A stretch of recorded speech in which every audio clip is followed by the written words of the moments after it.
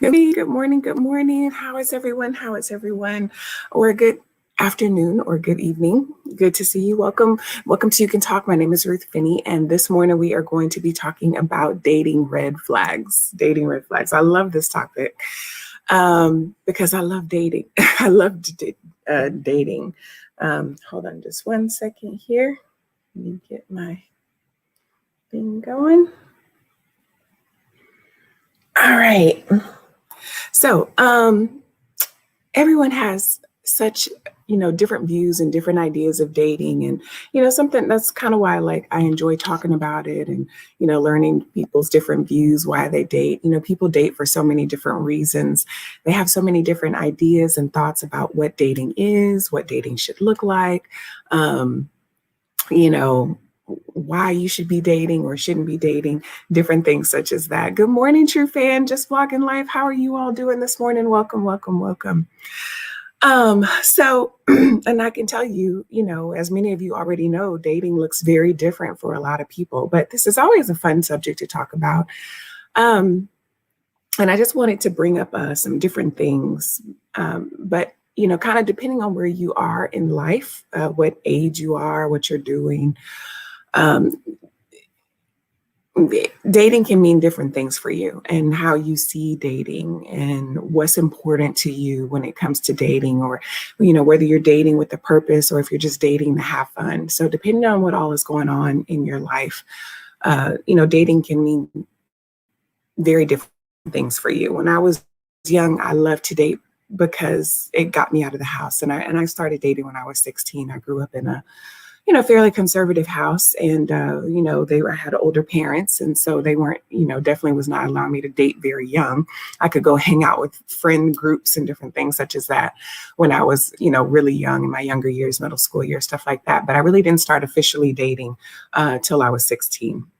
And so dating was fun because it became a thing where I could get out of the house and kind of get out from under my parents' watchful eyes and get out and go have fun and be free and, do whatever it is that I wanted to, do or enjoy doing. And I did it big, I love dating. I loved being able to go out and see the world and do different things and experience just different things that, outside of my parents, and experience the world from a different perspective.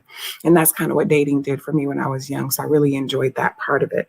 But then as I got older, dating came with a little more pressure and some, expectations that I didn't always agree to. So, then it sort of became a battle of the wills, right?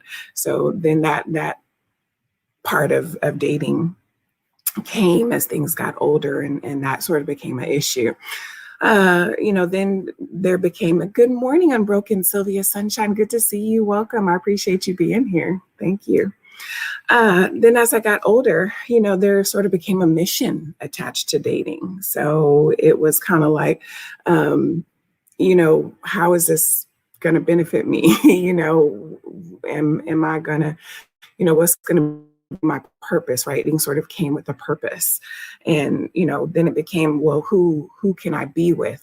What am I looking for? What are they looking for? Is this a person who I could potentially, be with long term, or am I a person that they could potentially see themselves being with long term? So, are we seeing each other as good candidates for, for a lifelong commitment? All that kind of stuff. So then, dating sort of came with the purpose, right? Because I had enough fun buddies. I had enough people to hang out with and do fun things with. Now, if I'm dating you, there needs to be some intention behind it, right? So dating sort of moves in different phases. Good morning, Burns. How are you? Good morning, Harrison. Good to see you all. Thank you all for being here this morning.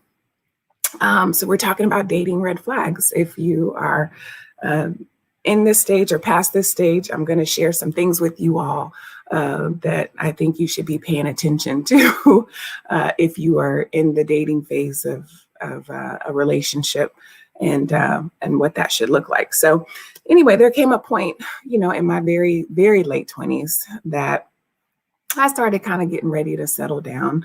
I really didn't get married the first time till I was 28, and I was actually even super hesitant to get married then because I very much enjoyed my single life. I very much enjoyed, being a single lady, being independent. I worked, I had a little money. So I got to move around and do things and experience things and travel and all that kind of stuff. And I really enjoyed that phase of my life. Good morning, Levi Boyd. How are you this morning? Welcome, welcome. And so in a rush area, some of my friends were, or other ladies that I saw, they were just like, I got to get married. I'm graduating college. I got to get married. I was like, what? Like, I'm not trying to get married right now.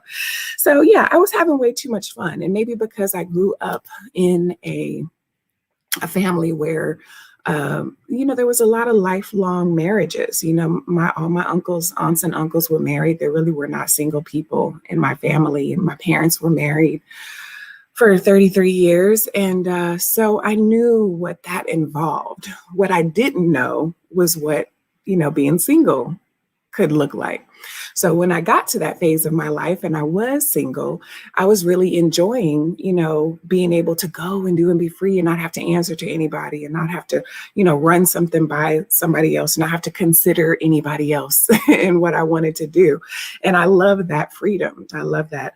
And I'm very adventurous. I love the sense of adventure that came with being single and, just being able to live your own life, make your own decisions, be independent. I really enjoyed being able to, take care of myself and know what that looks like before somebody else started, coming in the picture and, trying to take care of me or me having to take care of somebody else, all that. So, I wasn't in a rush to get to that phase of my life. I knew that phase. I knew what that looked like, or at least should look like. So anyway, yeah, I kind of had to be talked into, getting married. It wasn't like, ooh, let's get married. I wasn't that girl. So anyway, whatever dating is for you today, whatever it looks like, whatever phase of it you're in, I'm going to talk a little bit about it. Some red flags, some things that you should be paying attention to. And these are my personal thoughts and experience that I'm going to share with you all. Along with my husband's, I did have to get a male perspective as to, what some male red flags are. So I wanted to, give you all a whole picture of some things that I think that we think that you all should be paying attention to. And if you're married, maybe you'll agree with these things. And if you're not, maybe you won't. But anyway, this is the list of 10 things that we came up with that I'm going to share with you all today. So paying attention to, make sure things that you want to pay attention to if you are looking for a lifelong partner, if you're looking to be married, if you're looking to share your life with someone, if that is something that you're interested in and hoping to do at some point in your life again one day, especially if you've been married before and maybe things didn't, maybe you did some things wrong. Okay. My husband and I have both been married before, and there were some things that we missed. That we probably should have, paid more attention to or taken more seriously or thought a little further about. So some of those things are in here too. So these are the things that we kind of think are key. And so the first one, I've got 10 things here that I'll share with you. The first one is whether or not, what kind of spiritual relationship the person has, whether or not they're saved, whether they have a relationship with God, whether they believe in something, greater or bigger than themselves. And,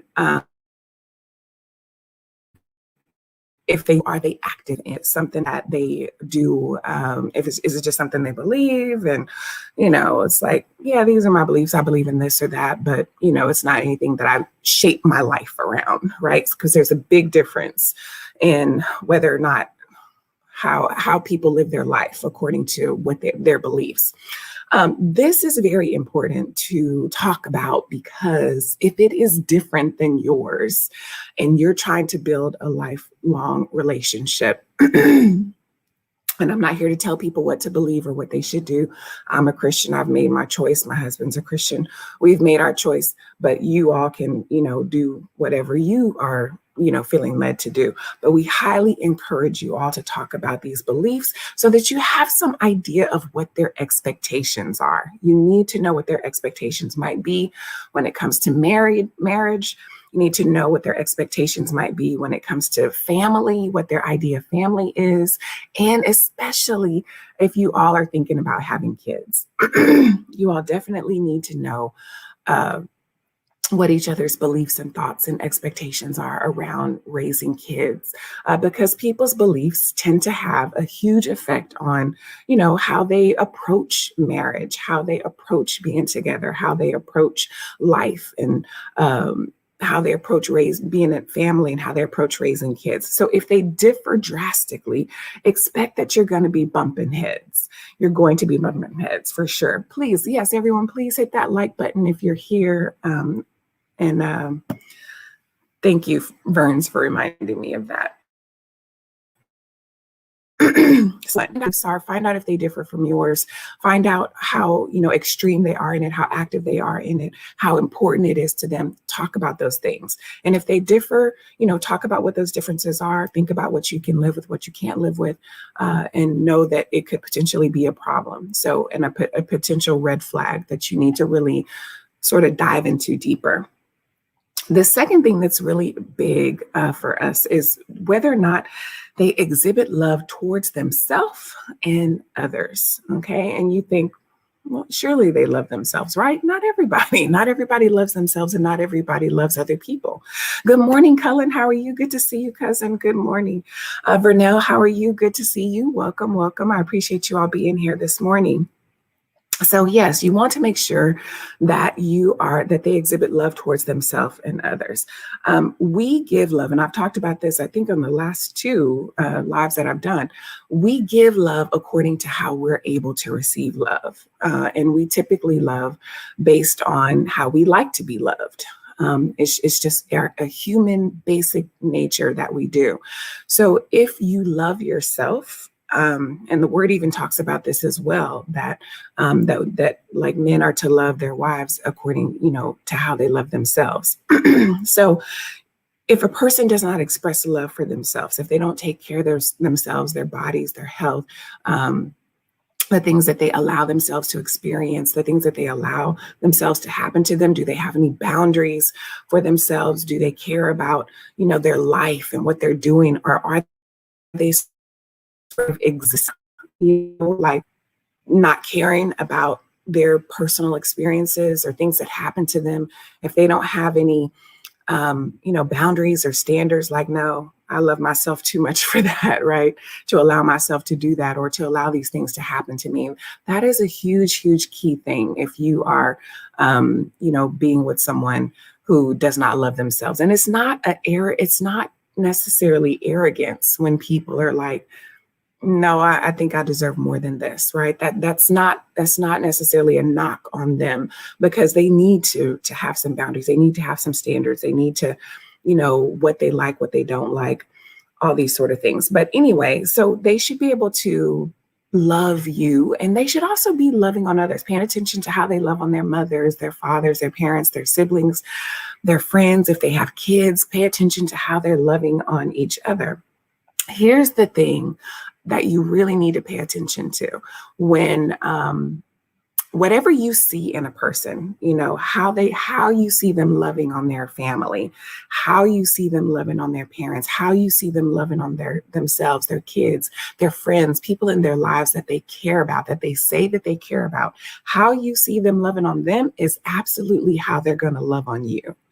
And on the flip side, whatever bad things or ugliness you see about them, about how they treat, somebody that they don't like, people who they don't care about, people who they absolutely hate, they're also capable of treating you in that same manner. So if they are ugly, if they're mean, if they're hateful, if they say mean things to people, if they get physical or even violent with people, rest assured that that same energy is going to one day be coming at you.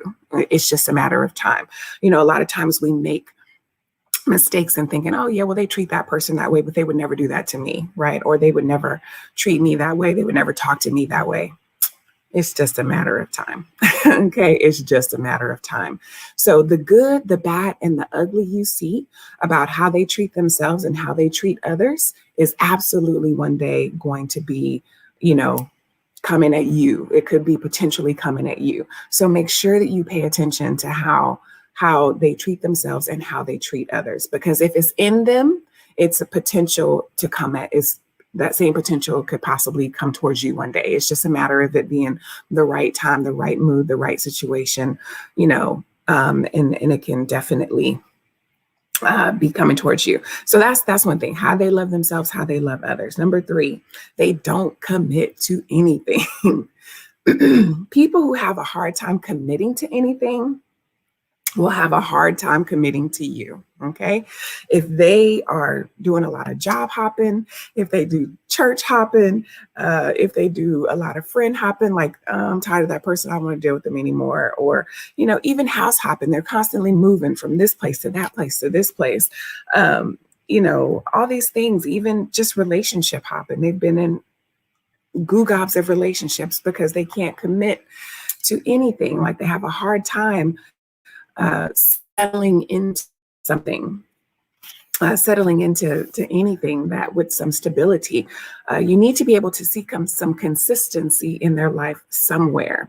And if not, what are they committed to? Ask them, what are you committed to? If you start seeing this pattern of them, doing all these different things, you haven't been on your job for more than so many years, you haven't had a friend for longer than this many years, you can't sit at a church, you can't, what are they committed to? Talk to them, find out what are they committed to? Because if they have a hard time committing to anything, they're probably going to have a hard time committing to you. And that's not necessarily a knock on them. I'm not saying, but it may be an issue for you, and it will definitely be an issue in marriage. Some people are like hummingbirds, they like to move around. They like to do different things. They don't like to be too attached to anything, all that kind of stuff. So, and that's fine if that's the way they want to live their life. But if you're looking to settle down and make a commitment one day, then that could be a red flag. Okay. Good morning, Minister of Music, Terrence. How are you? Good to see you. Welcome. I appreciate you being here this morning. Thank you for being here. All right. The 4th thing I have is they don't communicate. Communication is everything in a relationship. It is everything. And being able to build a marriage.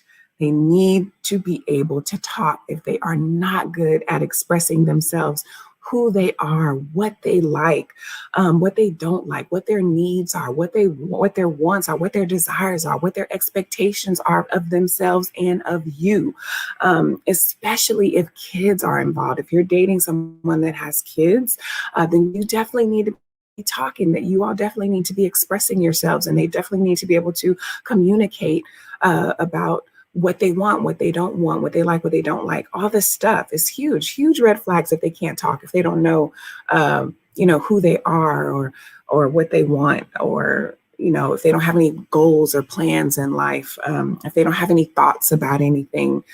That a huge red flag. My mom used to always, tell me a person without a plan doesn't have any goals in life. And if they don't have any goals in life, then they're not going anywhere. They're stagnant. They're just, they're not moving in any direction. And do you want to be attached to that? Right now, if you're at a phase in your life where you're older and you don't have any major goals, then that may not be an issue, right? Because you've done all your living and you're okay with where you are. You're just looking for somebody to enjoy your life with, and that's perfectly fine.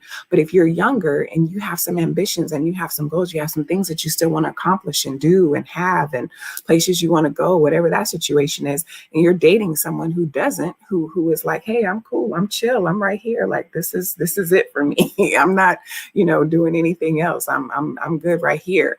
Then that is going to be a huge red flag, because you all are going to start bumping heads when there's something that you want to do. And they're like, no, I don't want to do all that. I don't want to take all that on. I'm good right here. I don't have any ambitious goals or any more dreams or future plans and all that kind of stuff. And that's fine, but you need to talk about it. You need to be able to communicate and express, hey, this is where I am. This is what I want. And if that differs, if you, please don't ever go into a relationship, or especially a marriage, thinking that you're going to change the person and pull them on board to where you are. Don't go into that, especially if you're older. Allow people to be who they are.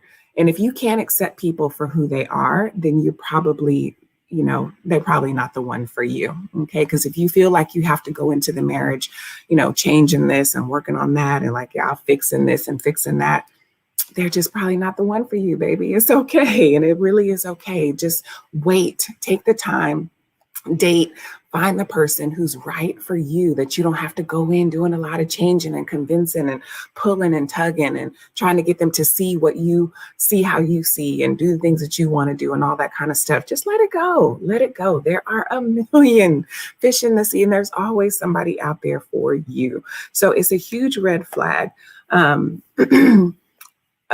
Whether or not you should, whether or not they're able to communicate, okay, and express what they want. Number 5, they don't listen. They don't listen. The biggest part of communicating is being able to listen. If a person doesn't know how to listen to you, they very likely don't care about you and may only care about themselves, right? They could just be wanting you there to listen to them or to be a part of their life. They need to be able to listen to you. They need to be able to take you into consideration. Understanding is developed through listening.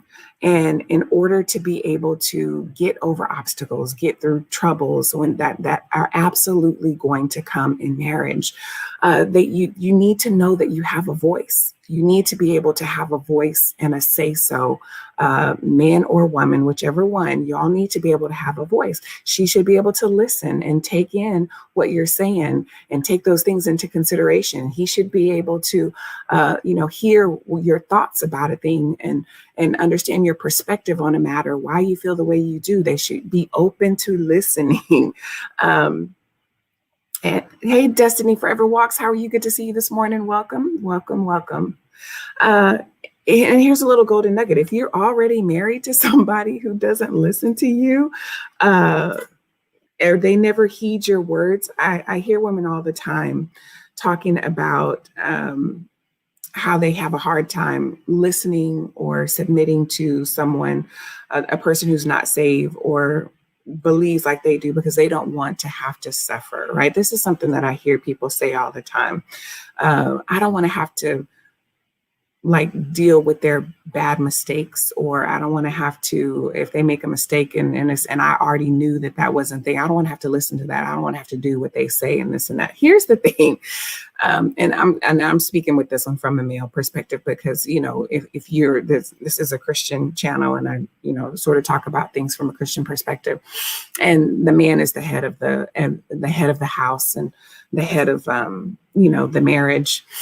And a lot of times women don't want to submit. They don't want to listen to their, they're like, I don't want to have, if they're wrong, they're wrong. And I don't want to have to go down that path with them if they don't, just because they don't want to listen to me. Here's the thing that I have discovered about men. If you allow them to go ahead and, make the mistake, make the downfall, 9 times out of 10, they're not going to continue to do it, because their ego is not going to allow them to do it. They're not going to want to continue to, make that fall or make that mistake, because they don't want to hear you saying, I told you so. They don't want to hear you saying, I told you so. So if you allow them a lot of times to make the mistake, the next time they're going to come to you and be like, okay, so how do you think we should approach this? Right. Or what do you think might have been a better situation? Right. So sometimes it just takes them allowing them to, make the mistake, and then men's egos typically will not allow them to continue to go down the wrong path, because, like I say, they don't want to hear our mouths. So they will 9 times out of 10, take in or get your opinion and ask what you have to say, or what you think about what it is that you have to say, and they'll begin listening. So that's just a little something that I wanted to throw in there. If you're already married to someone who has a hard time listening to you, or, tends to go off and do their own thing, and then it ends up being exactly what you thought it was going to be, what the situation was. So just a little something I wanted to throw in there. But they, like I say, in marriage, you have to work together. So you need to be able to listen. The 6th one is they have some bad vices. If you are dating someone who has some uncontrollable drinking habits, drug addictions, especially pill addictions. Pill addiction is huge, and it's actually more dangerous sometimes than street drugs and illegal drugs. Food addictions, shopping addictions, sex addictions, gambling addictions, pornography addictions, stealing, or all these. Maybe they're a perpetual liar, like they typically lie for no reason. If they tend to cheat on things a lot, they cheat on their taxes, they cheat when they're playing games, they just sort of have this like cheating nature about them. These are red flags. These are red flags. A lot of times we go into dating and we see some things that we may not like, and we think that they can be overlooked. Like, oh, maybe that's not, so bad. Maybe I can deal with that. Or they seem to have it under control, or I'm probably maybe making a bigger deal about it than, no, make a big deal about it. Continue to make a big deal about it. Because here's the thing, if there's something that you don't like about a person when you're dating, if you need to take on the mentality of, if that thing never changes, or if it gets worse, can I live with this the rest of my life? Right? That's the thing. If it never changes, if you're going in with the thought, oh, I'll change that, I'll fix that. Because let me tell you, marriage only amplifies things. It magnifies things. It does not minimize issues. Marriage does not minimize issue. It only magnifies them. So if there's something that you don't like, expect it to be a bigger deal, a bigger situation, a bigger issue when you get married, and you're going to hate it even more. So know that if there's some things that you don't like, if they have some vices that you can't deal with, or that you think is, going to be a problem, and just treat that thing and look at that thing, that if it never changes, can I still be married to it? And if not, get out. Sometimes we have to be willing.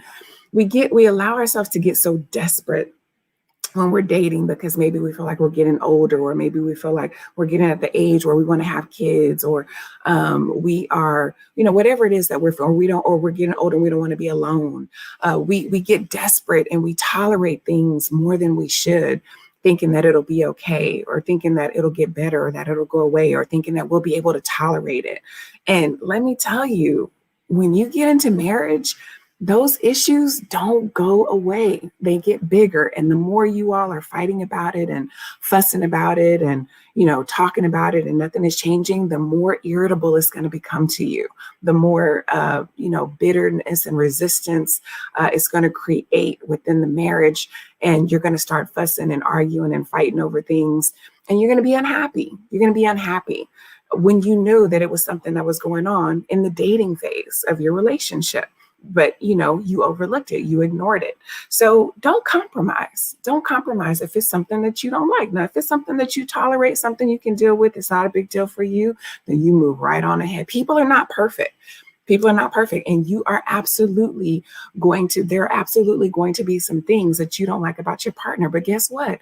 You absolutely are going to have some things that they don't like about you either, that they're tolerating.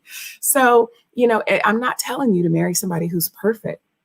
I'm telling you to think about what you think you can live with on a long-term basis. Know yourself.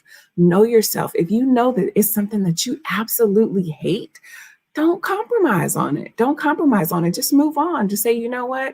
I don't want to, try to force you to be something that you're not. And I don't want you to try to force me to be something that I'm not. So rather than us, butting heads throughout a marriage, let's just go ahead and break this off, or let's just go ahead and stay friends. Don't go in it thinking, oh, it's all right. I'll be able to tolerate it. I'll be able to fix it. I'll get them to change. Don't do it. It's a waste of time. It's a waste of energy. And it's a waste of things that you could be doing as you're trying to grow and build your marriage. Destiny Forever says, Ruth, this is a great discussion. Very good tips and advice. You're awesome. Blessings to you. Thank you so much, Destiny.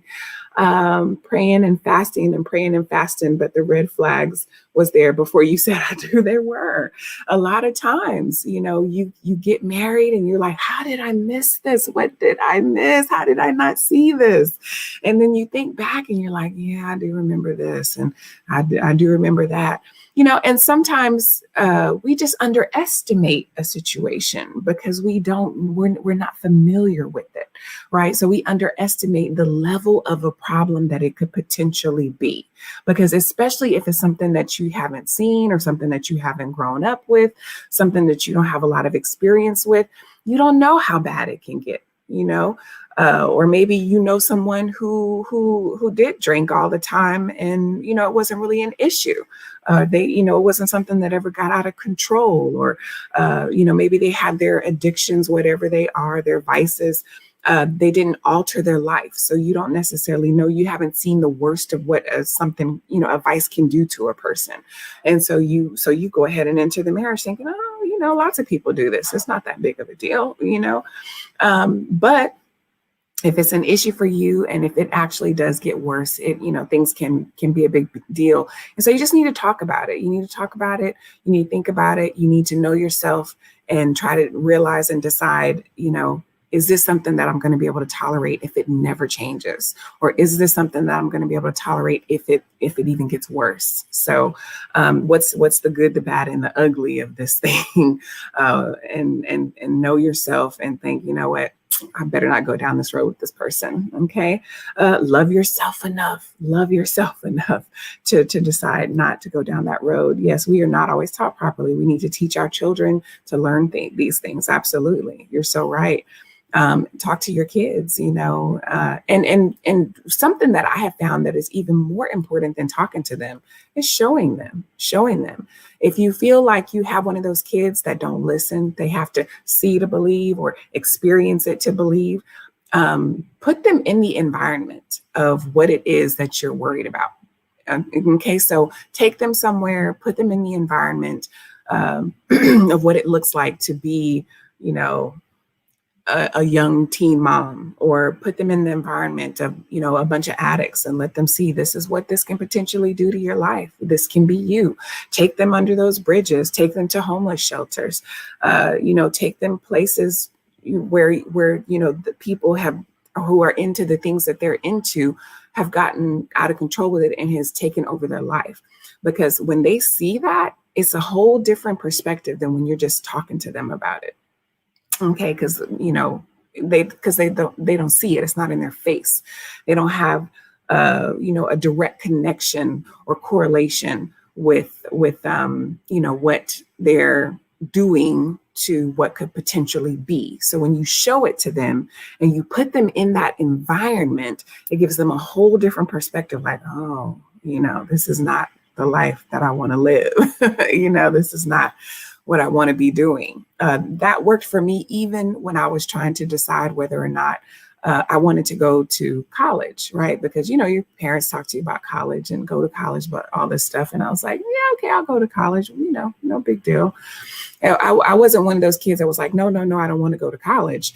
But let me tell you the thing that convinced me the most about knowing that I wanted to do something more than what I was doing. Okay. Even if it wasn't going to be college, this helped me to, know that I wanted to work on doing something, right? That I need to do something. Because when I was in high school, I worked in a daycare center making $3.25 an hour. That was what minimum wage was back then. And I thought, and I was making my little money, keeping my little gas in my car, paying my little insurance, being able to go to the movies, little things such as that. It wasn't nothing big, obviously $3.25 an hour. But I knew I worked in a daycare and I would see older, ladies working around me who were in their, late 40s, early 50s, maybe a couple 60s. And I knew that they were probably making more money than me, but it was probably only like $5 or $6 an hour, and having had at least a minimal of a high school education, I knew that it costed a lot to live and pay bills. I was like, I couldn't afford a house, note, or a car note and food and all this stuff. I had some basic understanding of what it took to live. And I thought, man, I don't think I want to be up in age like that, making, such little money, like $5 and $6 an hour. And so that let me know, like, you know what, I need to make sure that I have a job that's going to allow me to make more money so that I can make sure that I can support myself. And so that was the biggest. My parents didn't have to tell me, go to school, get a certification in something, go make sure you get a good job. They didn't have to tell me that because I saw what it looked like. And I didn't want to be, 50 or, years old, still doing what I was doing. And so I said, yeah, I think I want to do something different. I think I want to do something more. And so they didn't have to convince me. They didn't have to convince me because I got put in that environment.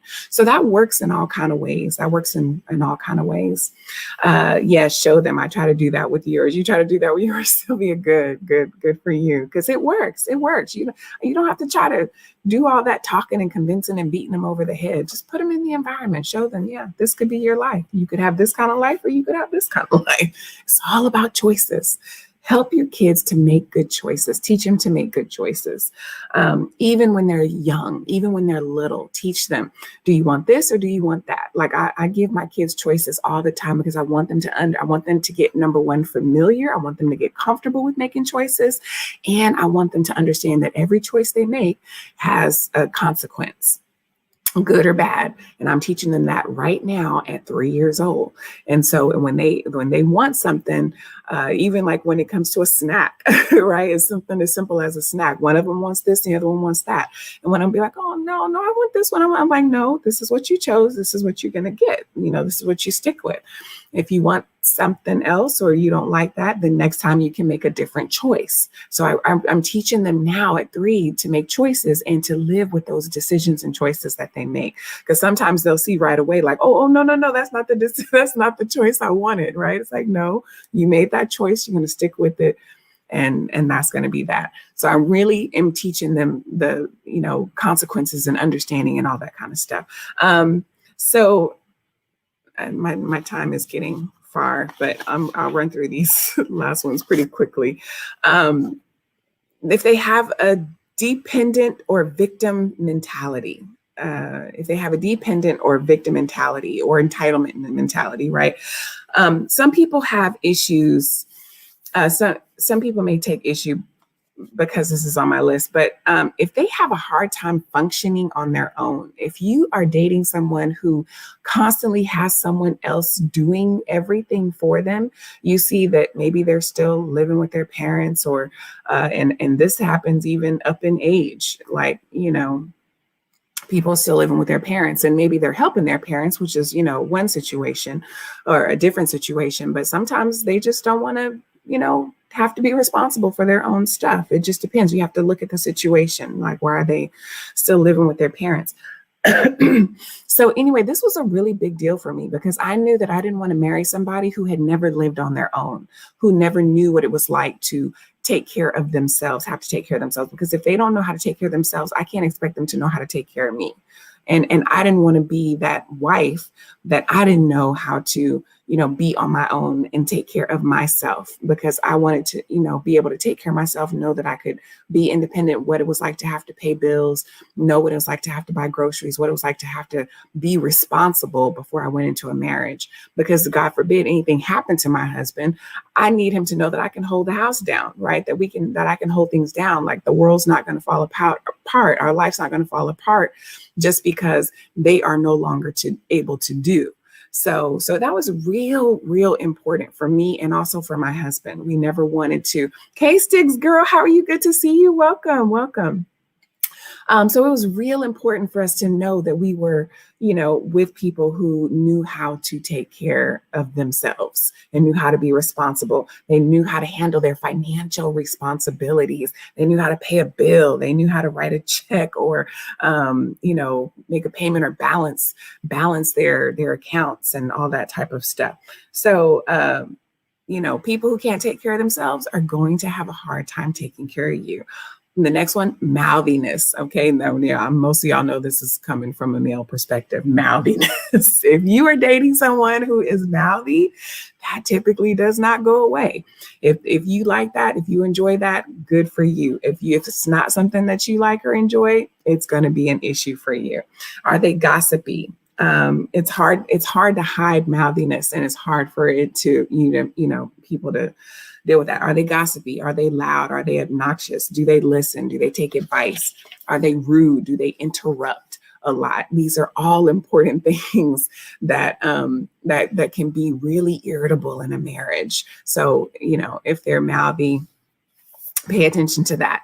Here's one that is important, and I don't want anyone to take this the wrong way, but for me, mental illness was another big deal. And this is no judgment toward people with mental illness. In fact, we all have some level of mental illness, but you need to know yourself, and you need to understand the type of mental illness that the person you're dating may have. If they struggle with anxiety, if they struggle with depression, if they struggle with sleeplessness, if they struggle with, some diagnosed mental illness, you need to talk about those things, and you need to understand the good, the bad, and the ugly of what that mental illness can entail, because you need to know yourself. You need to know what you're getting into. You need to know whether or not you think that this is something that you will be able to handle.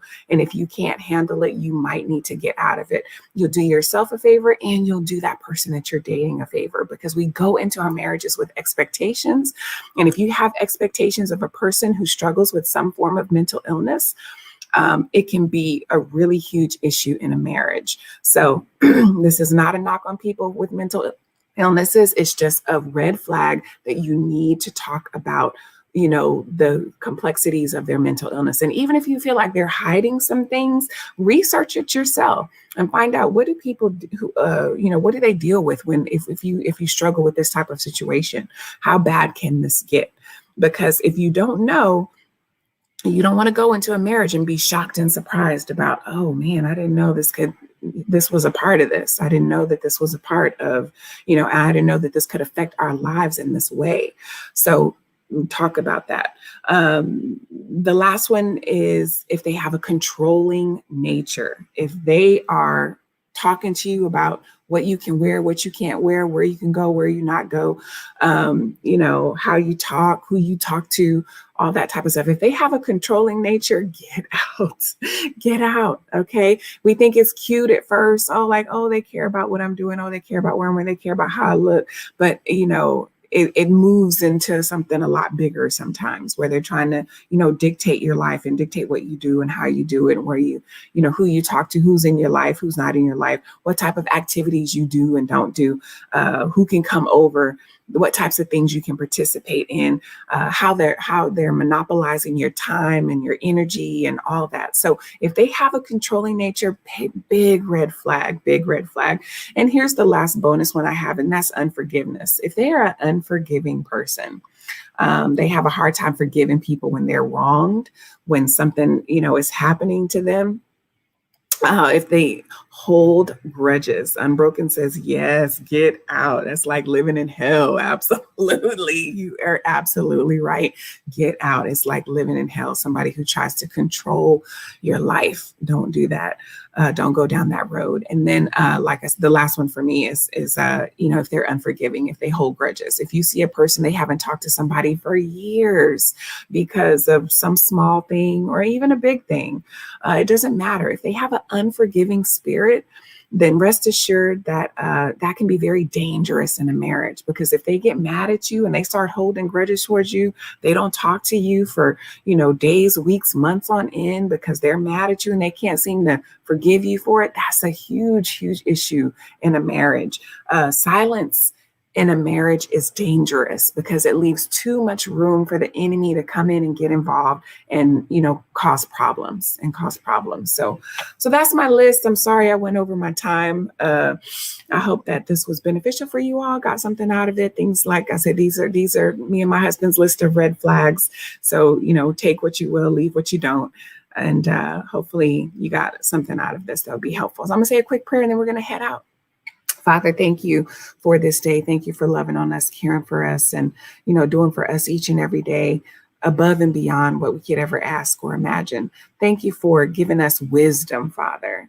Help us to use the wisdom that you give us each and every day to pay attention, to not be so in love, to not be so involved that we miss the important things that we need to be paying attention to when it comes to dating someone else and trying to prepare living a life with another person. So, open our hearts, open our minds, help us to pay attention, open our ears, increase our understanding, and help us to keep you first, keep ourselves first, reveal the things that need to be revealed about the people that we're dating, so that we don't get blindsided by love. So just keep the things at the forefront that we need to be paying attention to, and give us the courage to get out when we see that it may not be the best thing for us. All right. We want to be able to trust you, and know that what you have for us is going to be better than what we can have for ourselves. So just show us the things that we need to see, and help us to pay attention to what those things that are important, and make decisions that'll be right, and in line with your will. We love you. We thank you. These things I ask in your son, Jesus' name. Amen. All right. Thank you all so much. Have a great day, Ruth. Have a great day, sister to sister. I appreciate you all being here.